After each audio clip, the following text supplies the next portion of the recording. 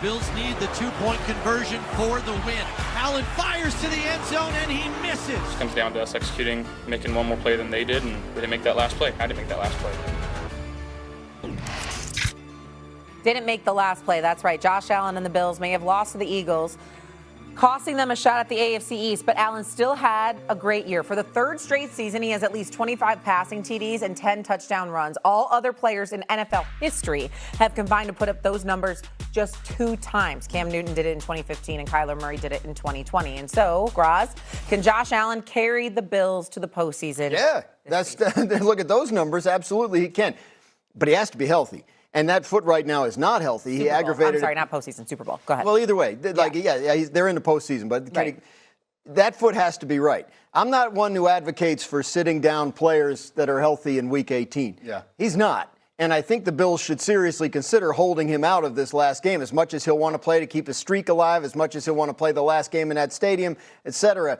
It is much more important that he feels as good as he can possibly feel the following week, and I think that's something the Bills have to consider here as they head into Week 18. Because, yeah, they could adjust their seeding. They could be the 5 or the 6 or the 7, but ultimately that's not as important as having a fully healthy Josh Allen for the playoffs. It's funny, we asked this question on the other side in the NFC with the Rams, and I feel a little bit more confident in them because of what's around them as a team.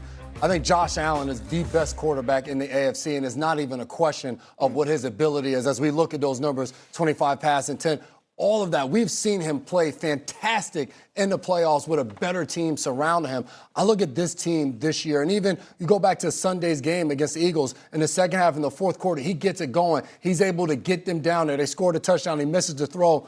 Josh Allen has to play so perfect for this team to reach their potential, and that is so much to ask of a player every given week for them to have to go on the road and do that. Yes, James Cook has been unbelievable in the run game. He's been the best in the NFL.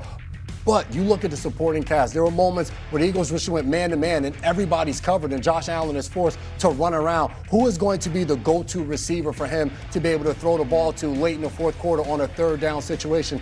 That's my fear for this Buffalo Bills team. It has nothing to do with Josh Allen's ability and who he is as a quarterback. We know how good he is. We have watched that for numerous years. Hell, I had to play against him for numerous years and have to try to defend against that maniac with the ball in his hands.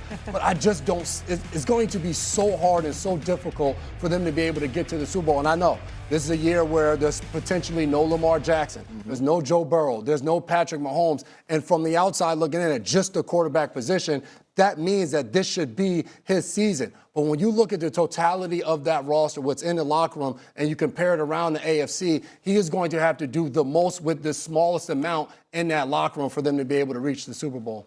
Yeah, he's got to figure it out. What we've seen so far is that he does not have sort of, as you talked about, when you have a Texans or an Eagles that can just load up a front four and you don't have wide receivers who can get open. That is a huge problem for him. But he's got to figure this thing out. When I'm looking at this Bills team, I'm looking at 4 uphill matchups at the very least just within the AFC playoffs. We saw what the Texans did to them already. I'm feeling that the Broncos defensively can do the same thing. And then on their own defensive end, I don't think they can stop the Jaguars offensively. We already saw that they couldn't stop the Patriots offensively. Of course, Josh Allen took the team on his back and won that game. He's going to have to do that 4 times for them to win a championship. If he does, it's one of the most miraculous things we've ever seen from a quarterback. But otherwise, I just don't see them being able to do it. He's led the team in passing touchdowns and rushing touchdowns the last 5 seasons. He's used to putting this team on his back, if you will. Now, to your point, the Bills play the Jets the last week of the season. Do you agree that he should sit this game out? So I think he'll start the game for sure. He has a streak going. It's going to be the last game in that stadium. But, yes, in that game, once he starts, you get him in and you get him out. I think you play Mitch Trubisky in this game, the backup quarterback, to allow Josh Allen to rest. What we're talking about, if he can go on a historic run, like this changes the entire narrative around Josh Allen. But in order for him to do that, he needs to be 100% going into that game. So, yes, Week 18 against the Jets, where it's not going to change so much. And, hell, Mitch Trubisky going against the Jets, like they may feel okay with that. Yeah. I would rest him. I would rest him the whole game. I know you got Forget the first start. I know. I understand the starts and all that stuff. Because you think about even getting them ready to play, you got to be on that foot and practice and doing those things, even if it's just for a little bit. He needs to rest that foot. That seems to be the thing. You need 2 weeks to do that. I don't. You're going to beat the Jets. I think you can beat the Jets no matter who you roll out there.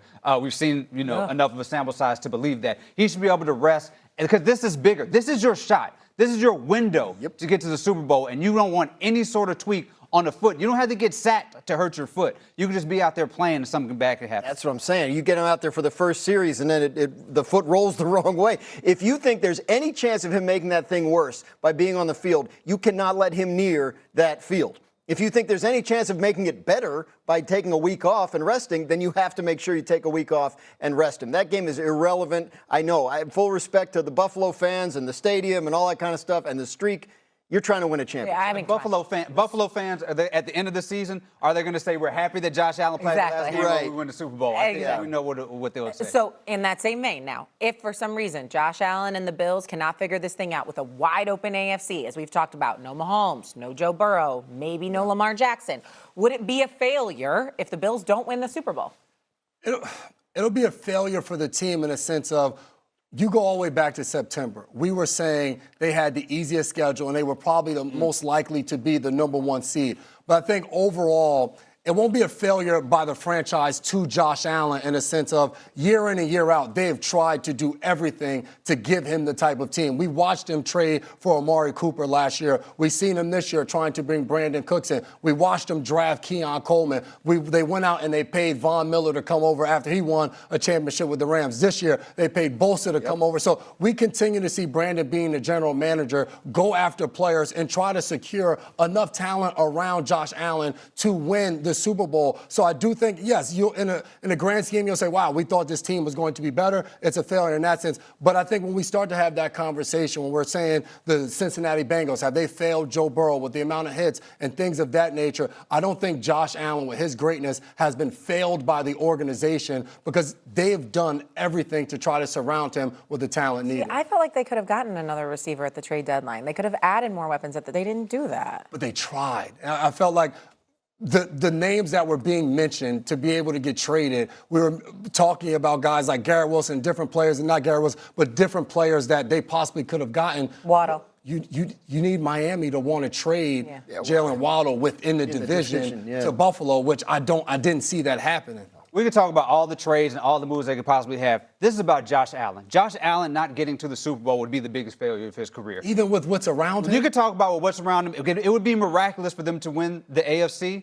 But miraculous is what great players do, right? Miraculous is what you have to do. We've seen Mahomes do miraculous things with that team to get them to the Super Bowl. All this time that we've been talking about Josh Allen in the playoffs, we've been saying the one thing that has been standing in his way is Patrick Mahomes. You get a mulligan because you can't be Patrick Mahomes. We understand it. If you're up with 13 seconds left and Patrick Mahomes does magical things. He is not there anymore.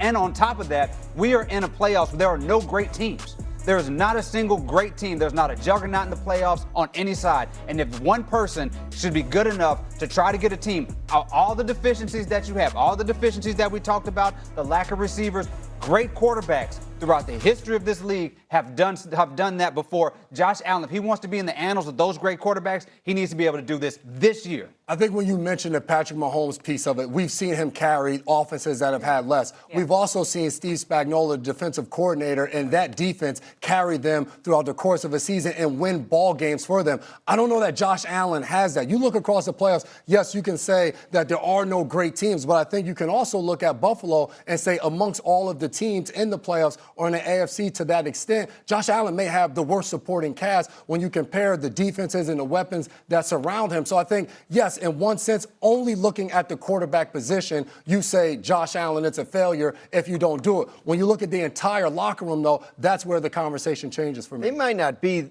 a great team, but they are going to be, I think, by far the most postseason experienced team in the AFC playoff field. And I think they believe that'll work to their advantage. They don't know how the Patriots or the Broncos are going to do in a close postseason game. They've been there. The biggest failure, I think it was a bigger failure 2 years ago when they had the Chiefs in their building and couldn't close them out. Buffalo Bills are not a team that needs, a handicap to win. Like, they should be able to beat the Chiefs. And the fact that they haven't is not like some organizational failing of theirs. They have built a monster team. And I think if they win this Super Bowl, great. But I don't